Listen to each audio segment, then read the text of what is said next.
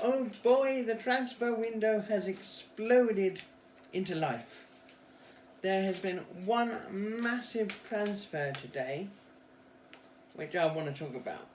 But first, let me do my intro, and welcome to the half-witted channel that is totally unscripted. As you see, I'm completely excited by the whole transfer thing, even though Spurs haven't signed anyone yet, and we're into July and the window closes in less than a month.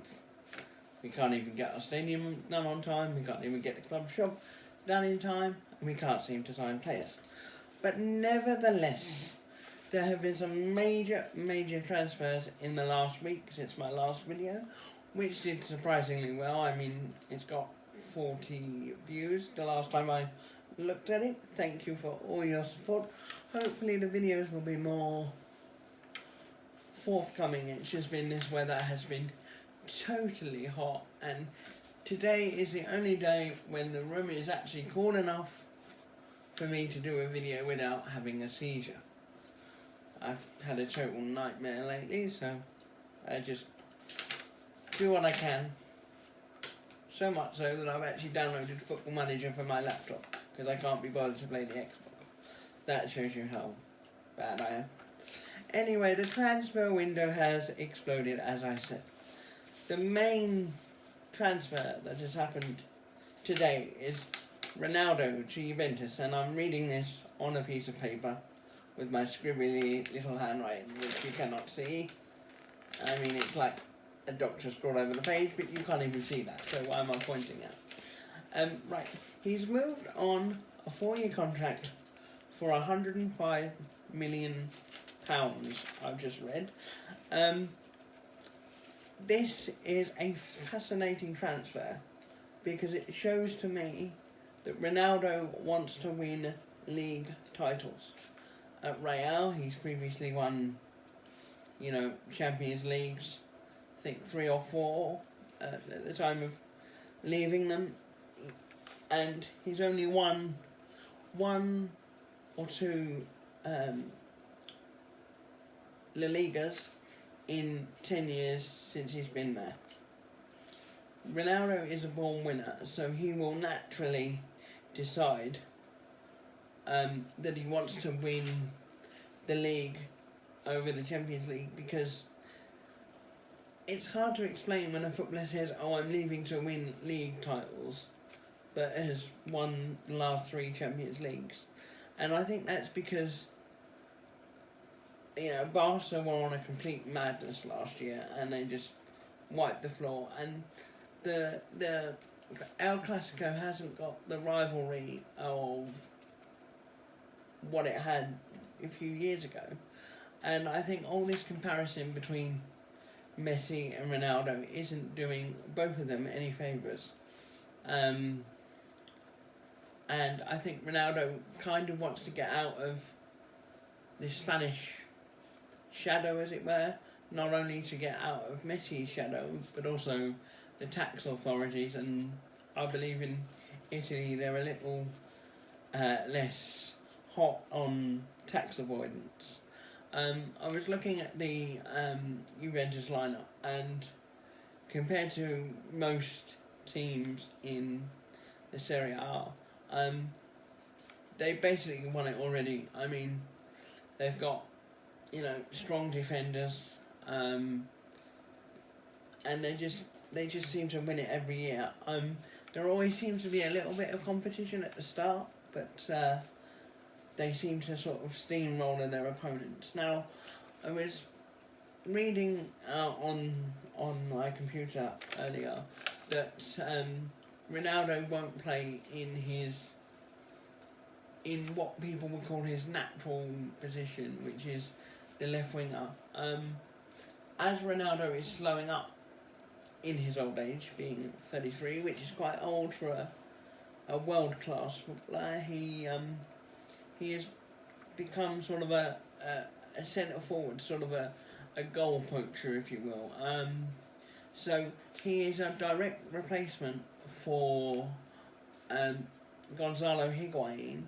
instead of being a replacement for a Mandzukic who's playing on the right wing, or a Douglas Costa who has performed brilliantly at the World Cup for Brazil.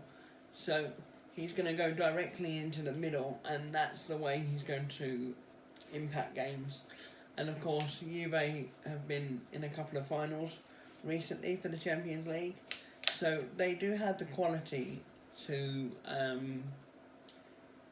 go and win the Champions League, plus win the league.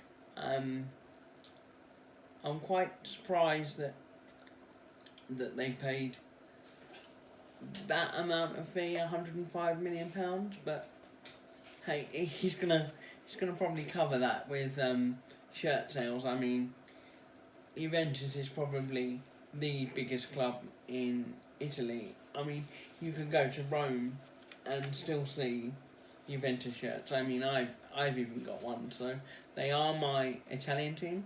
I don't like Cristiano Ronaldo, but I know he's a good player. I just feel that, you know, he's played for Madrid, he's played for Man United, so he's played for clubs that I don't particularly enjoy following, unless it's Sergio Ramos. Then that's a completely different story.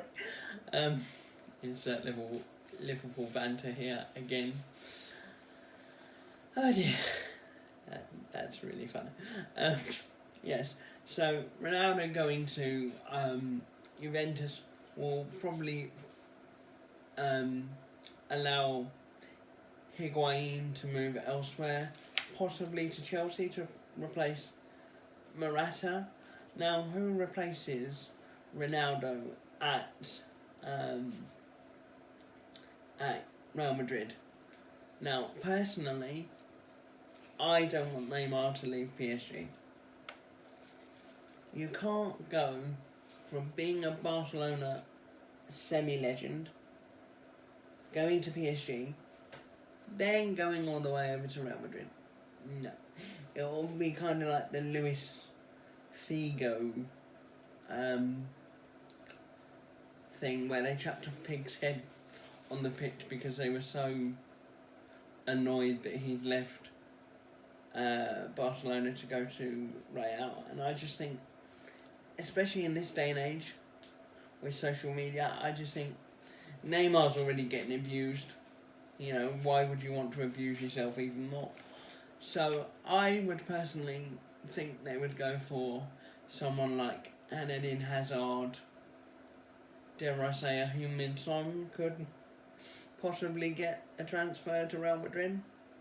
He's good enough, but definitely Hazard would be, in my eyes, if I was Julian Lopetegui, who's the new Real Madrid manager, if I was him, I would definitely try and put a bid in for Hazard.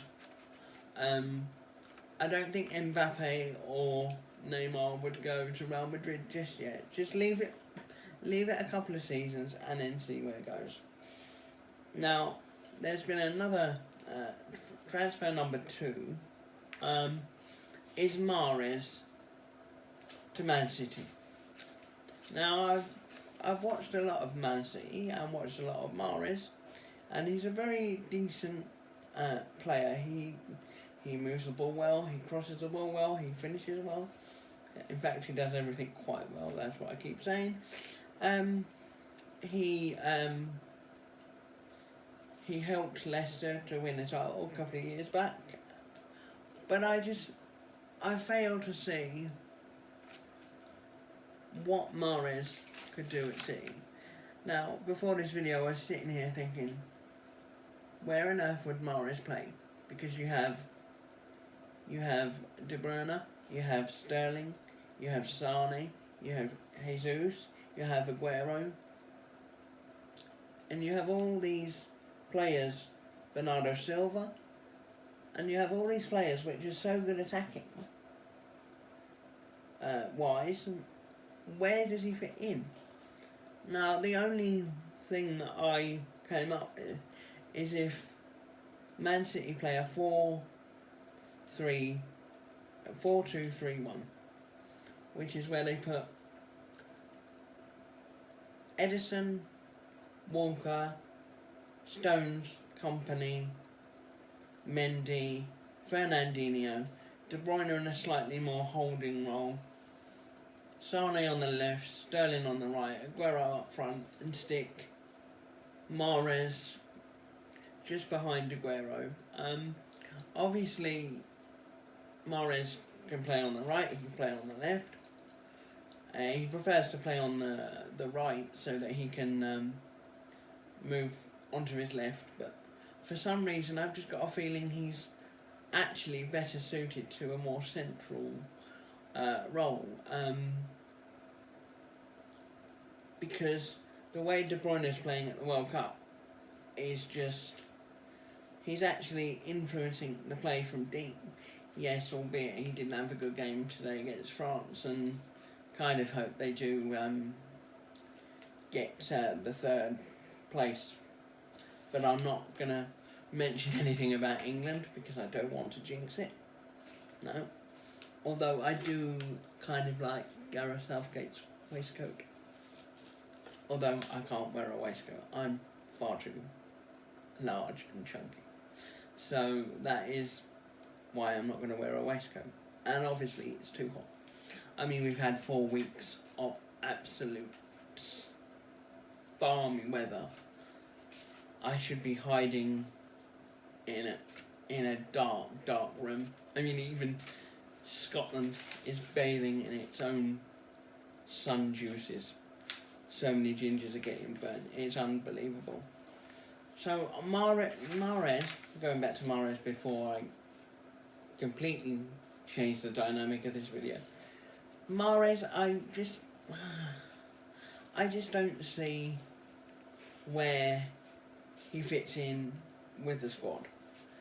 I mean, if anyone can do it, it's Guardiola. I mean, he could probably play Messi at centre-back and we'd all be saying how wonderful of a centre-back Messi is. I'm just a little bit confused as to why they need more, unless Bernardo Silva's leaving and De Bruyne is playing a little bit deeper. I don't really see the impact that Mahrez will have to justify the 50-60 million pounds that has been spent on him.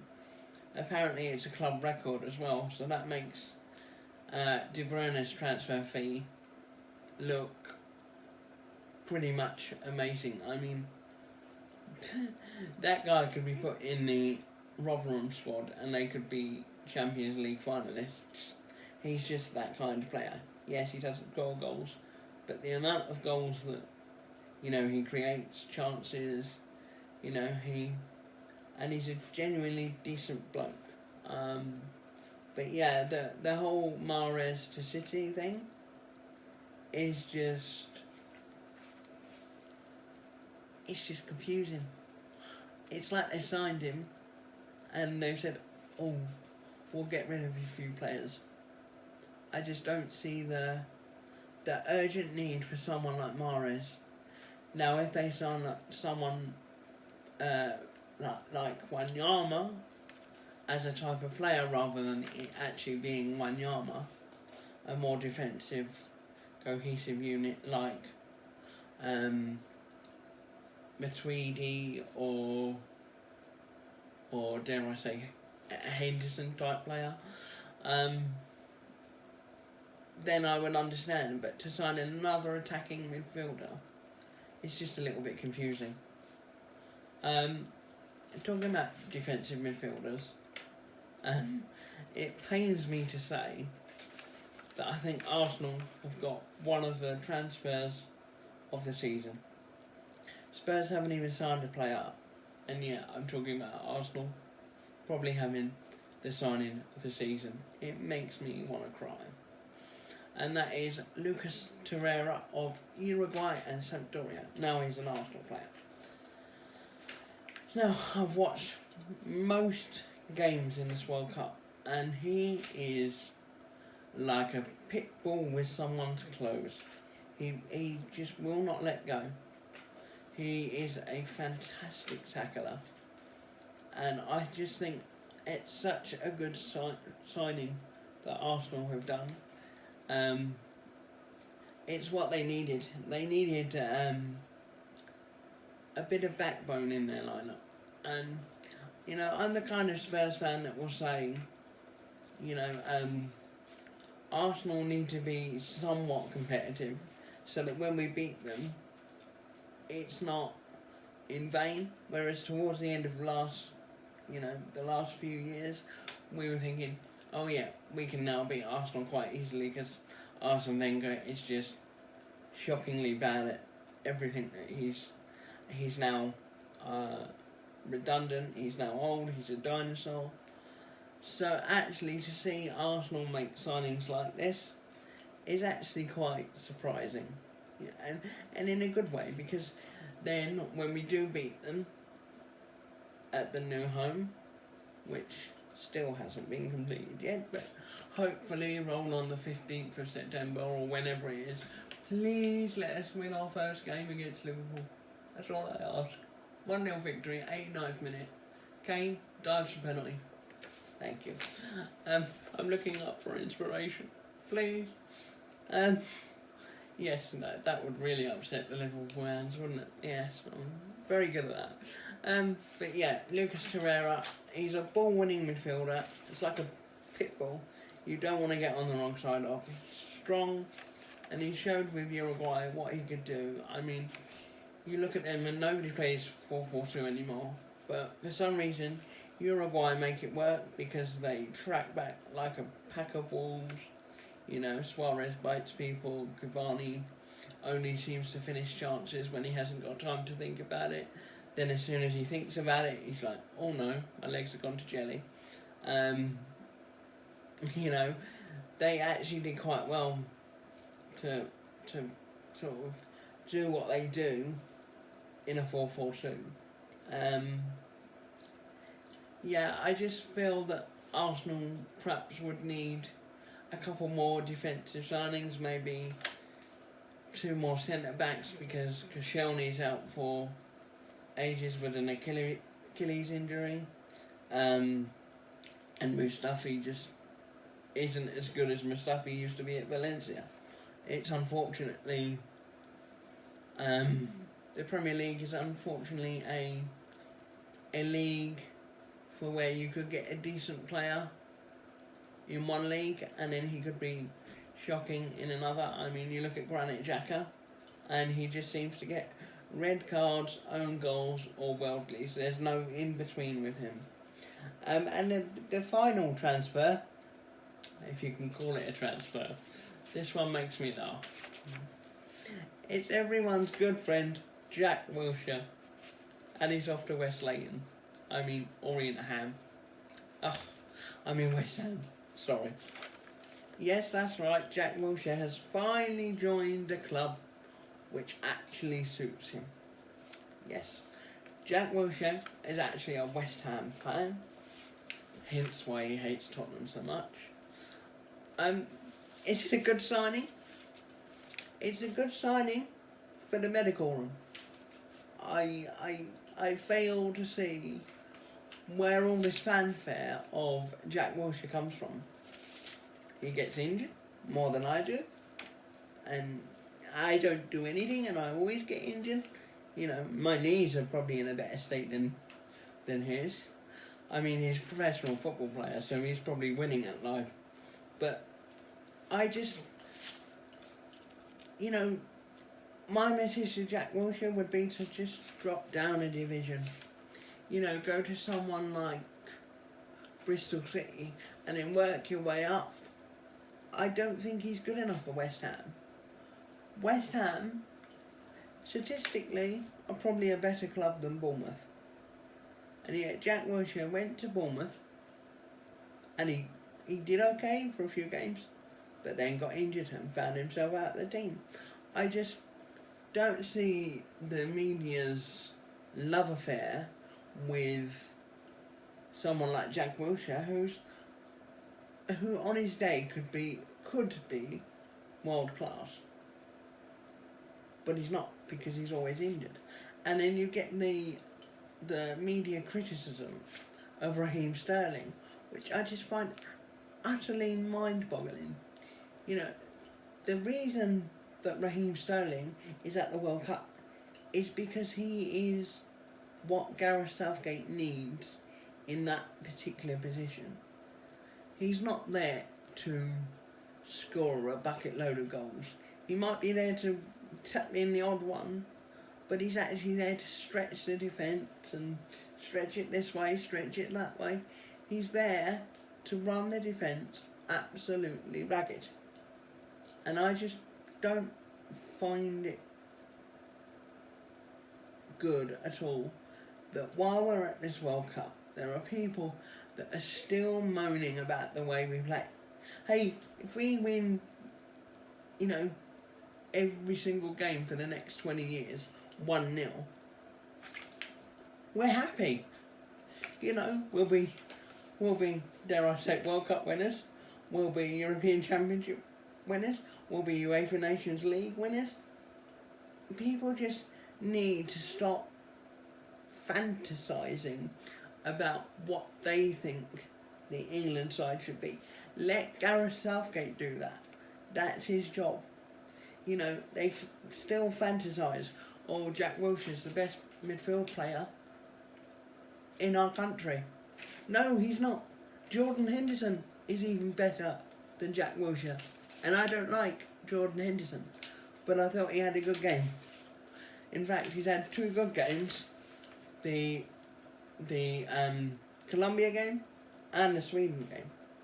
And for me to say that Jordan Henderson is having a good game, that means something, because Jordan Henderson is obviously having a good game. So this is just going to wrap up this slightly shorter transfer video. I hope to be back in a few days with a Tottenham signing, hopefully, if we can get apparently Sessegnon over the line. Martial would be nice, but I don't see that happening. Hopefully there won't be any need for a piece of paper, which I'm just going to chuck on the floor in a minute when I'm finished. But thank you for watching if you've made it this far, and I do hope to have much more regular uploads when the weather decides not to burn me. And can we please go back to the cold weather? There will be no World Cup videos until the end of... I'm not going to do that. I don't want to jinx it. So just hopefully we can just do our best.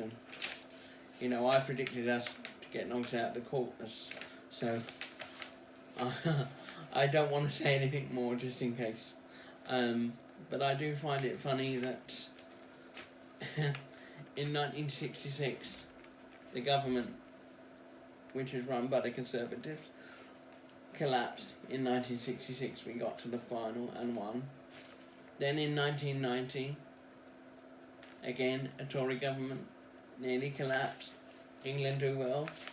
And in 2018, Boris Johnson and David Davis decided to go their separate ways, and suddenly we're all like a three at the back is back in vogue, even though it's more of a 5-3-2. But hey, I'm not going to criticise. So hopefully you've enjoyed this transfer roundup. Please comment anything, and once again I apologise for sound issues. If it is too much, I will try and fix what I can. If I can't, then I can't. But thank you very much for joining me, and hopefully there will be an episode 3 very soon.